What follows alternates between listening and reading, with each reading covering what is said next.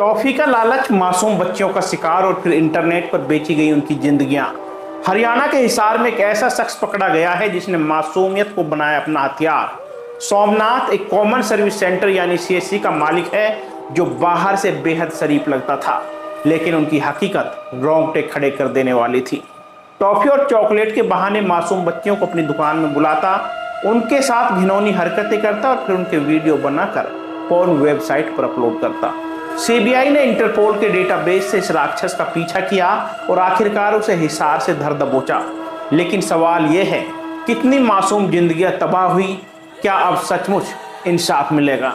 अस्सलाम वालेकुम, नमस्कार। मैं वसीम अकरम मेवात डायरी के खास कार्यक्रम क्राइम डायरी में इस खौफनाक अपराध की पूरी कहानी बयान करूंगा, लेकिन आपसे रिक्वेस्ट है कि इस वीडियो को आखिर तक देखें और हो सके तो हमारे चैनल को सब्सक्राइब अवश्य कर लें। हरियाणा के हिसार जिले का हांसी इलाका, बाहर से बेहद शांत, सामान्य दिखने वाला ये छोटा सा शहर हाल ही में एक ऐसी घटना से दहल उठा जिसने हर किसी को झकझोर कर दिया। इस कहानी का खलनायक है सोमनाथ, एक ऐसा शख्स जो अपनी दुकान पर कॉमन सर्विस सेंटर यानी सीएससी चलाता था और पूरी तरह से हैंडीकैप्ड है, लेकिन फिर भी इस सेंटर की आड़ में वह कुछ ऐसा कर रहा था जो किसी के भी रोंगटे खड़े कर दे। सोमनाथ मासूम बच्चियों को टॉफी और चॉकलेट का लालच देकर अपनी दुकान में बुलाता था। मासूम बच्चियां जो दुनिया की क्रूरता से अनजान थी, उनके झांसे में आ जाती थी। दुकान के अंदर सोमनाथ उनके साथ यौन शोषण करता और इस घिनौने काम को अपने कैमरे में कैद कर लेता। इतना ही नहीं, वह इन वीडियोज को पोर्न वेबसाइट पर अपलोड करता था और अपनी गंदी कमाई करता था। वह अपनी गंदी हरकतों को बड़ी चतुराई से अंजाम देता और अपनी ऑनलाइन गतिविधियों को छिपाने में भी माहिर था। लेकिन कहते हैं ना, अपराध कितना भी चालाकी से किया जाए, सच सामने आ ही जाता है। सीबीआई को सोमनाथ की गतिविधियों की भनक तब लगी जब उनकी ऑनलाइन गतिविधियों पर नजर रखी गई। इंटरपोल के डेटाबेस से मिली जानकारी ने सीबीआई को उस तक पहुंचने में मदद की। जांच में पता चला कि सोमनाथ ने सिर्फ अश्लील कंटेंट सर्च करता है, बल्कि फेक वीडियो और फोटो बनाकर अपने साथियों को फॉरवर्ड भी करता था। उसका नेटवर्क इतना गहरा था कि वह लंबे समय तक अपने काले कारनामे को छिपाने में कामयाब रहा। सीबीआई ने इसके बारे में जांच शुरू की, लेकिन किसी को इसकी भनक भी नहीं लगने दी और 29 मई 2025 को सीबीआई ने सोमनाथ के खिलाफ मामला दर्ज कर लिया। इसके बाद हिसार में छापेमारी शुरू हुई।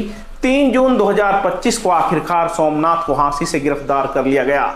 सीबीआई ने उसके पास से कई सबूत जुटाए, जिसमें आपत्तिजनक वीडियो और कई तस्वीरें शामिल थी।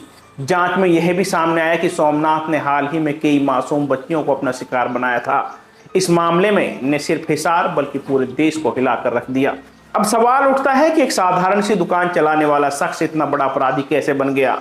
क्या समाज में ऐसी हैवानियत को रोकने के लिए पर्याप्त जागरूकता की ताकत है? इस घटना ने एक बार फिर ये साबित किया कि बच्चों को सुरक्षित रखने के लिए माता पिता और समाज को सतर्क होने की जरूरत है। सीबीआई अब इस मामले की गहराई से जांच कर रही है। सोमनाथ के नेटवर्क में शामिल अन्य लोगों की तलाश जारी है।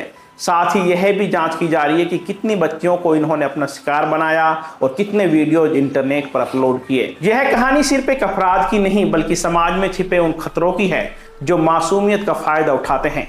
सोमनाथ जैसे लोग हमारी लापरवाही और भरोसा का गलत इस्तेमाल करते हैं।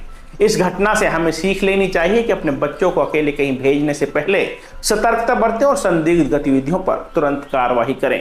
क्या आप मानते हैं कि इस तरह के अपराध को रोकने के लिए बेहद सख्त कदम उठाने चाहिए? अपनी राय हमें कमेंट बॉक्स में जरूर बताइएगा। इस वीडियो में यहाँ तक बने रहने के लिए आपका बहुत बहुत शुक्रिया, बहुत बहुत धन्यवाद।